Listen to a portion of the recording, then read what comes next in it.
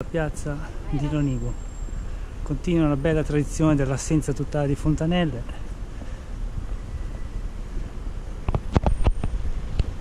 Però è pieno di locali. Aspetta che vado a fotografare la chiesa.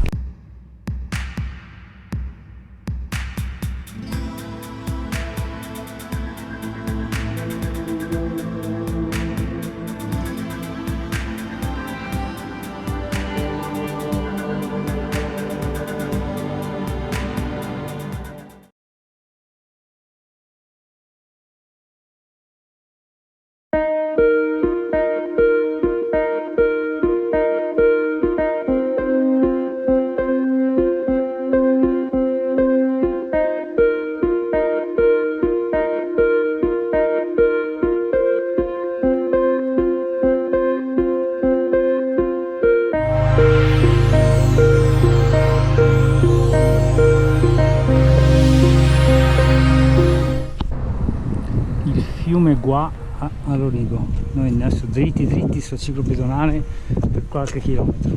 A Lonigo incontriamo il santuario della Madonna dei Miracoli, però è sull'altro, è in un'altra direzione, noi andiamo di là. Questo è segnato come itinerario turistico. Andiamo a capire bene cosa intendono per itinerario turistico. Sono le 6:05, 6:10. Stiamo camminando ormai da 40 minuti. Sì, questo pezzo è simpatico, è bello. Siamo su sterrata, siamo nei campi, si sta già aumentando la temperatura. Oggi previsti 38 gradi per non farci mancare nulla. Il sole sta spuntando ora da dietro i colli iberici che abbiamo percorso ieri, i nostri 35 km sui colli iberici, molto belli ma molto faticosi. Eccola, spunta ora, ma noi non possiamo attardarci. Camminiamo tra vite e Gran Turco in direzione di Lobia, dove vediamo se troveremo un bar aperto, perché a Giulia manca ancora la dose quotidiana di caffeina. I ragazzi della cooperativa Prefetta Letizia sono stati gentilissimi, ci hanno fornito le brioche per questa mattina e il succo di frutta, però siccome siamo partiti così presto non potevano aprirci il bar e allora siamo in cerca di caffeina. Torno dai due in cammino sulla pista ciclopedonale. Oggi siamo partiti da Lonigo e arriveremo a Zevio, che è rispettivamente sull'argine dell'Adige. Quindi troviamo un altro fiume da Cagliacari. Sì, non lo so, vedremo, dai. Poi più avanti cammineremo anche sull'argine dell'Adige, come la nostra tradizione ormai. Argini dei fiumi, dove trovarli, dove camminarli. E sono circa una trentina di chilometri, 30-31 chilometri, vedremo. E siamo entrati a Lobia. E quando entri in questi paesini, il pellegrino cosa si domanda come prima cosa? Troverò un bar aperto? No, troverò un bar prima. Sì, vabbè, sarà aperto perché se lo trovo e poi chiuso, vabbè. non è che ci facciamo... Beh, però già il fatto che ci sia comunque il paese, c'è una chiesa, c'è Vabbè, dimensioni, c'è una strada asfaltata come potete vedere, per cui vediamo. La chiesa di Lobia.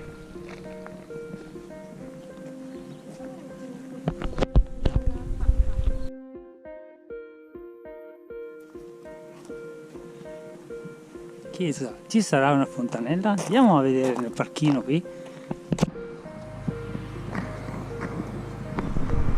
Questo qui deve essere il pilastro napoleonico di Arcole.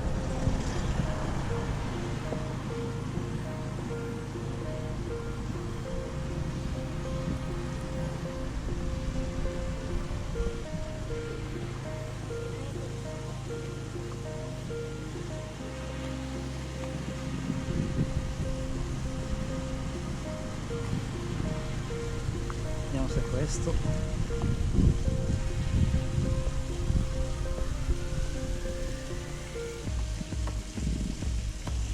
Siamo più della prima guerra mondiale questo.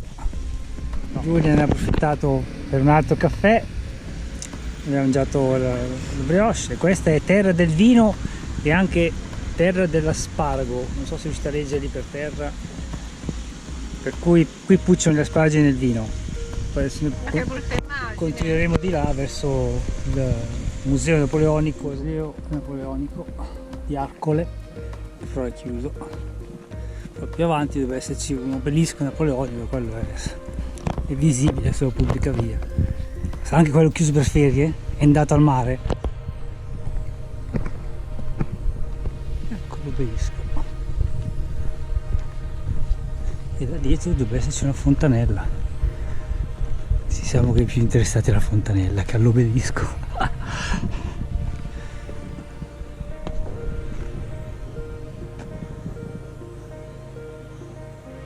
Ora, come da tradizione, quando comincia a far caldo, cammineremo su un argine, questa volta di fianco al torrente Alpone, poi più avanti ci avvicineremo all'Adige. Tutte aree di bonifica, dal Sile fin qui abbiamo trovato tantissime aree di bonifica, perché sono un territorio ricchissimo d'acqua, di canali che sono stati regimentati e ora vengono utilizzati per l'agricoltura. Infatti, caselli delle acque un po' ovunque. A sinistra è il canale Lessinio Euganeo Berico, canale Leb.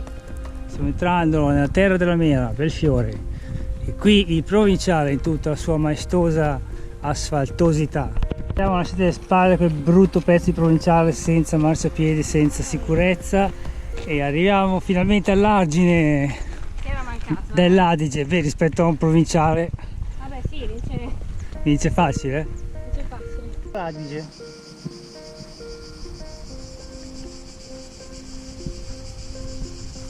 No, se non altro lo vediamo.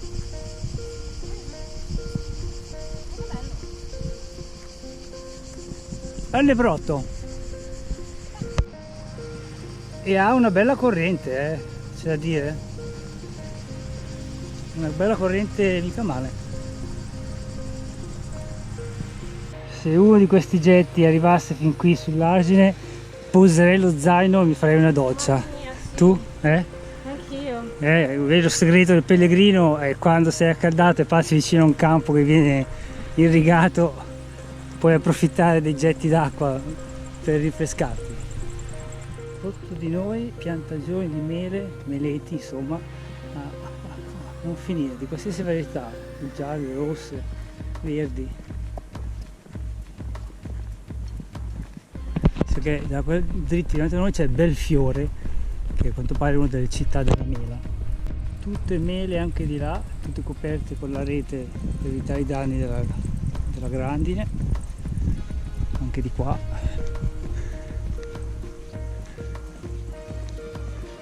E non c'è uno straccio d'ombra, vediamo se dietro la casa c'è uno scampo d'ombra per fermarci da tirare il fiato.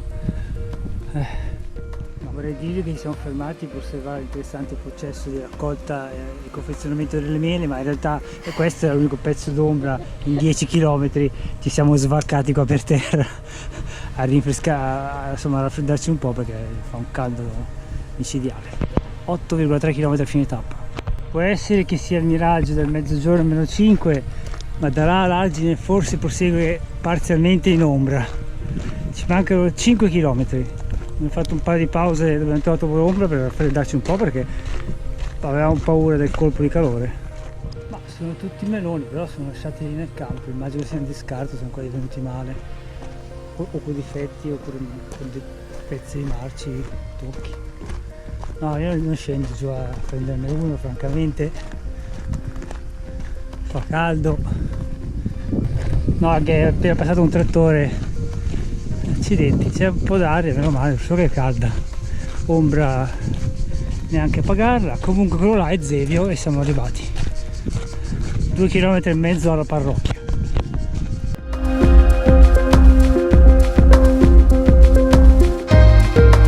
Poi domani riprenderemo da qui, adesso andiamo all'accoglienza.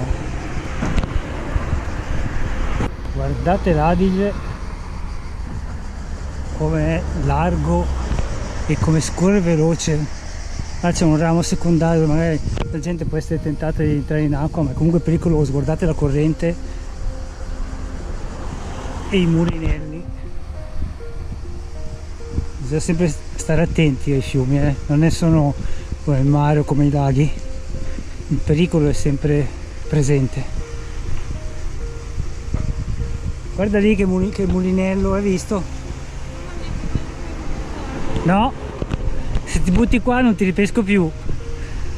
Che sorge su un'isoletta al centro del paese, con cigni.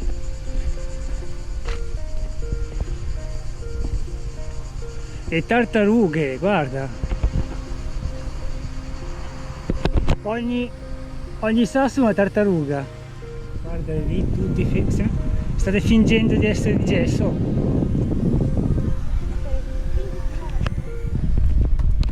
Fingiti un'altra di gesso.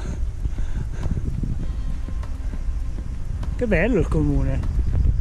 No, due cose di questo comune, che c'è il sindaco o qualche assessore che sono patiti di uccelli acquatici perché gli hanno fatto tutte le rampe per salire, Anche la tendina. il ricovero per il cibo, se c'era il cigno perché sta becchettando. E l'altra cosa che si può dire è che essendo al centro del paese su un'isola, se fanno qualche ordinanza che la popolazione dovesse non gradire, loro tirano su il ponte elevatoio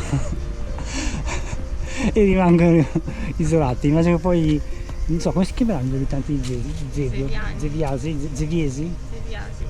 No, Zeviani. Fuori con torce, fiaccole e forconi che prendono d'assalto il municipio.